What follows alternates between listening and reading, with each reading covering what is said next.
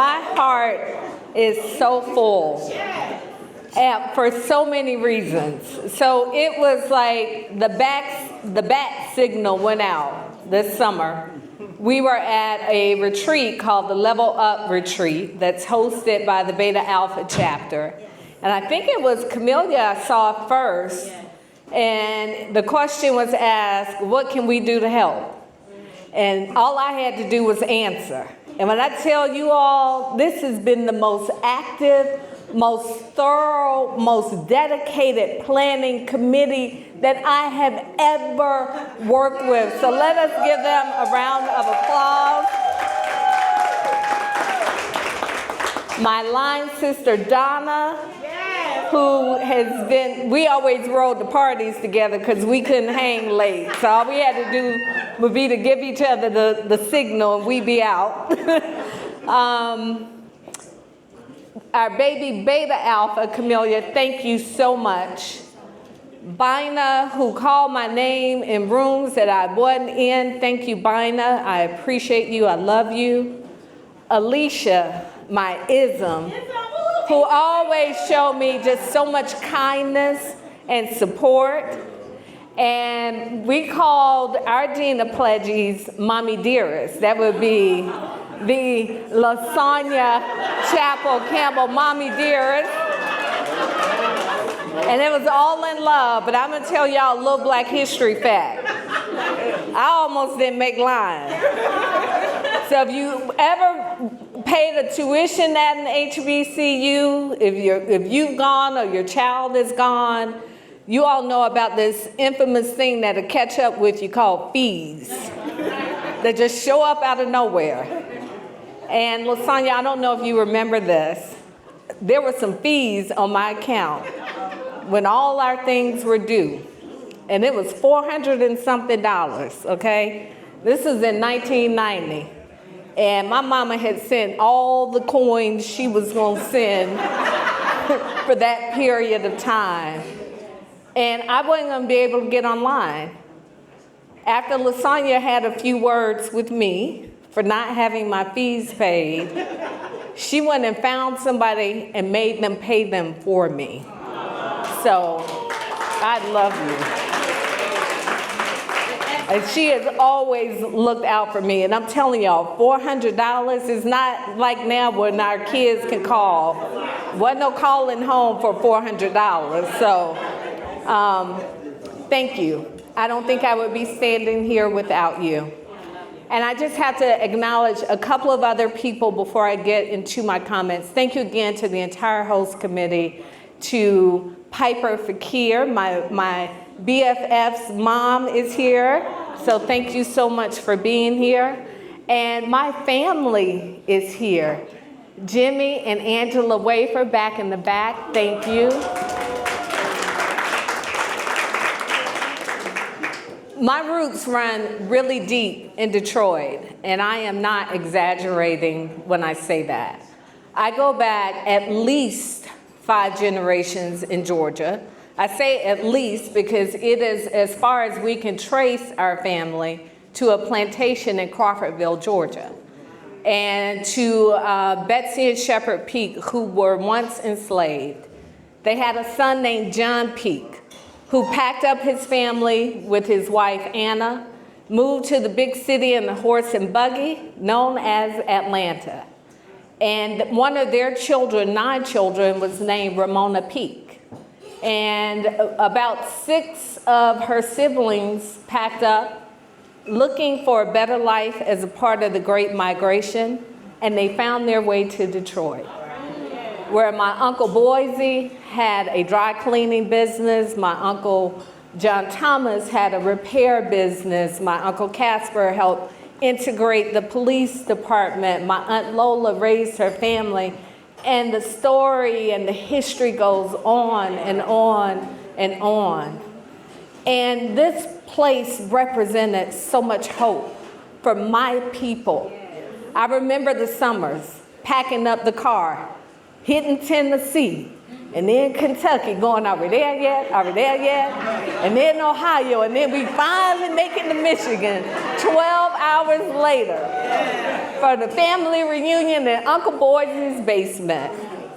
And in the same way that I am sure so many of your families found their way here, and I was texting with Piper's daughter Farah today, I said, can you imagine what life in the South must have been to make people leave the South to come to all this snow in Michigan? I said, I'm built for a lot of things, but I ain't built for this. But in the same way that people found their way here, there is a reverse migration that's happening in the South. And with that reverse migration, as people are finding their way back to the South, our politics are changing. There's a reason we've sent 2 senators. We turned for Biden in 20. Ossoff and Warnock now represent Georgia. So when people ask me, is it possible for a black woman to win in Georgia? What I say is just because it hadn't happened yet doesn't mean it's not going to happen this year. When I made my announcement that I was seeking to become the governor of Georgia, I did probably 60 interviews in about 36 plus hours. We embargoed some interviews. We were doing them back to back to back. There were some questions that were asked of me that I'm just going to take the opportunity to answer them. And then when I open up, y'all can ask me some more questions if you like. One of them was, why are you running? And for me, it was very simple. I woke up the day after the presidential election, and I said, what the hell? Now, I was not surprised, but I was disappointed. And I began to pray about what am I called to do in this season, because the last 4 years haven't been awful for me. People ask me, well, if you didn't run for a second term as mayor, why would you want to step back in and run again? And that was a very simple answer too. When I made the decision not to seek a second term as mayor of Atlanta, it was from a position of strength, not weakness. My polling numbers were at 68%. The President of the United States had hosted a fundraiser for me in 45 minutes on Zoom. I had raised $500,000. So I knew that if I wanted to run again, I could. I knew that I would likely win. But for me, it was about making a decision, what is best for me and my family in this season. And that decision was for me not to seek a second term. But in this season, you got to know, when you ask God, what would you have me to do? When he says go, when he sends you, then you got to go. That's right. And I am back in this ring because somebody's got to stand up to Donald Trump in Georgia. And what I know that's happening across this country is that people are hurting. People are losing health care coverage. People are trying to figure out how they're going to pay their premiums, how they are going to afford a house in Georgia. We've not expanded Medicaid. We're one of 9 states not expanded Medicaid. 9 rural hospitals have closed.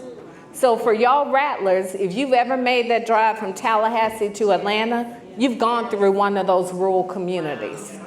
And God forbid you have an accident or a healthcare emergency, you may be at least an hour away from a hospital.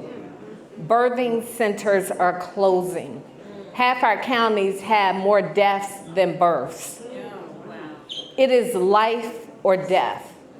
I was talking with a friend who owns a small business whose husband had been in remission from cancer. His cancer has returned. Their health care premiums went up from $650 a month to $2,200 a month as he just began radiation this month. These are life and death decisions that are lying at the feet of governors, state leaders and local leaders across this country. So when people ask me, why am I running? Why am I running now? It's because we all got to stand up and do what we can do. And in this season, I don't know what else to do other than to get back in the ring and fight.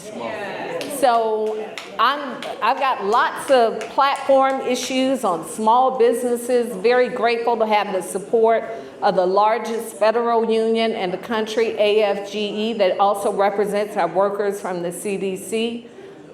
But I will tell you this, another question I was asked, will you be able to raise the money? It's going to be an expensive race. And my response was, God doesn't give vision without provision.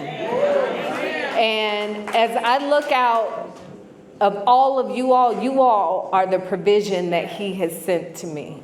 So I thank you all for having Georgia on your mind. I thank you for calling your people back home, telling them to show up and vote. Every dollar counts, and because of the support that I'm receiving in places like Detroit, I'll be in Denver tomorrow. We had a fundraiser in Atlanta on Sunday. We hadn't even gone out into the field yet, y'all. There are 7 people on the Democratic side. Last polling showed me up by 30 points. My closest competitor is at 11%. I was at 40%. We hadn't even knocked on a single door or picked up the phone to call a single person to ask for their vote. So with your provision, God willing, we will win this without a runoff May 19th. And we will flip Georgia blue in November. And we are going to celebrate.